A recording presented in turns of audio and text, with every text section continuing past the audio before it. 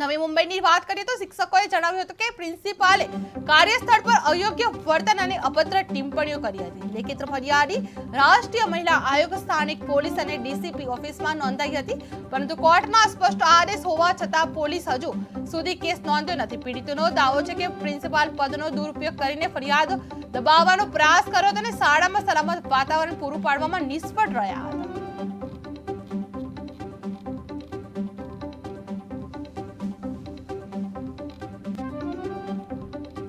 Teachers ने इस police station में 2.5 साल पहले सेक्सुअल हरेसमेंट की कंप्लेंट डाली थी। हम लोग यहाँ बहुत उम्मीद के साथ आए थे। हमें लगा था कि पुलिस हमारी कंप्लेंट पे कार्रवाई करेगी, लेकिन पुलिस ने उल्टा क्लोजर रिपोर्ट बना के, जिसमें कि उन्होंने कुछ भी इंक्वायरी नहीं करी, ना हमसे कुछ पूछा, ना किसी से कुछ पूछा, और उल्टा क्लोजर रिपोर्ट करके बंद कर दिया।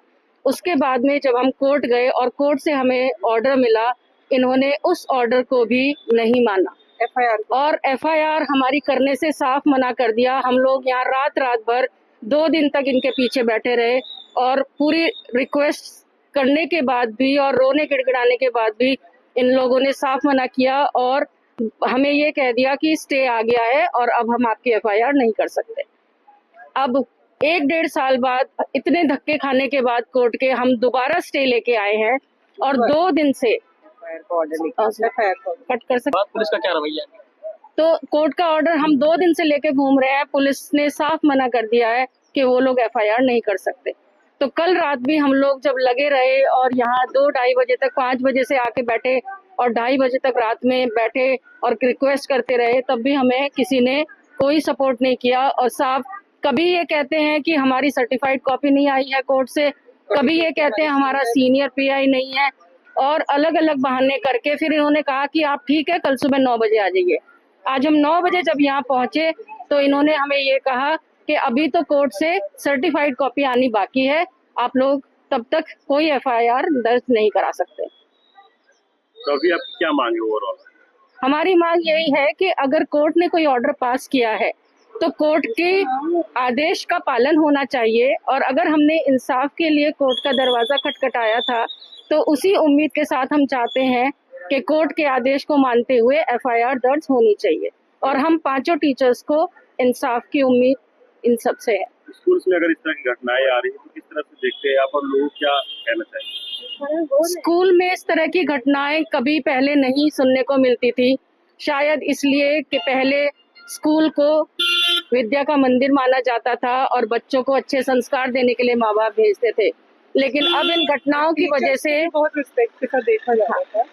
अब लड़कियां भी और टीचर्स भी कोई भी सुरक्षित नहीं है, क्योंकि उनके साथ अंदर डरा के, धमका के और अपनी पावर को यूज करके, मैं नाम नहीं लेना चाहूंगी, कोई भी कुछ भी कर सकता है, क्योंकि जिसे किसी का भय नहीं वो खुलेआम सब कुछ करता रहेगा, और इंसाफ के लिए औरतें ही हैं जो दर दर भटकेंगी। महिलाओं के लिए स्पेशल सेल बनाया गया है, सुरक्षा हुआ है, उसको बनाया गया, क्या उसमें आपने शिकायत की थी? उसके बाद भी कैसा नतीजा रहा? हम लोगों ने शिकायत करी थी, महिला सेल में भी शिकायत करी थी, डाली थी, बट उन्होंने भी ये कह करके हमें मना कर दिया कि आपका कोर्ट अंडर जो है, आपका केस जो है वो सब्जेक्ट एक ही बोलो ना। हाँ। महिला सेल कोई भी आपकी एकदम से तत्परता से मदद करने के लिए तैयार नहीं होती है।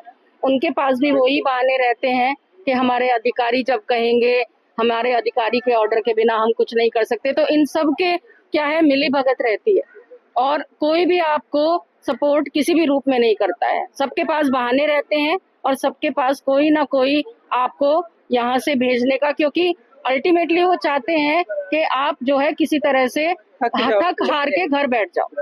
यही आपको लगता है कि स्कूल प्रशासन की तरफ से प्रेशर दिया जा रहा है एफआईआर नहीं करने का, ऐसा कुछ आरोप है? ये तो आप नहीं कह सकते, बट देख तो सकती है। माहौल तो आप भी देख ही रहे हैं, तो आपको भी समझ में आ ही रहा होगा कि कहाँ से किसको प्रेशर आ रहा है और कौन कितना जो है। अगर पुलिस की तरफ से कार्रवाई नहीं की जाए तो क्या कोड ऑफ कंडक्ट का एप्लीकेशन करेंगे आप? हमें अभी पता नहीं हम आगे क्या करेंगे, क्योंकि अभी तो सबसे बड़ी उम्मीद हमारी एफआईआर की है। अगर आज हमारी एफआईआर नहीं, अभी प्रोसेस चालू किया है उन्होंने, बट देखिए क्या होता है, कब तक होता है। स्कूल में कितने लोग पीड़ित हुए इस घटना से? हमारे साथ शुरू में करीब 70 टीचर्स थे, और अभी उन्होंने प्रॉपर साइन किया था, हमने लेटर लिखा था, साइन किया था, हम चेयरमैन के पास मिलने गए थे, बट कोई उसका वो नहीं हुआ, उसका एंड देन वो धीरे धीरे धीरे करके आर्म ट्विस्टिंग और ये सब करके वो सब निकल गए। अभी हम 5 लोग बचे और हम 5 अब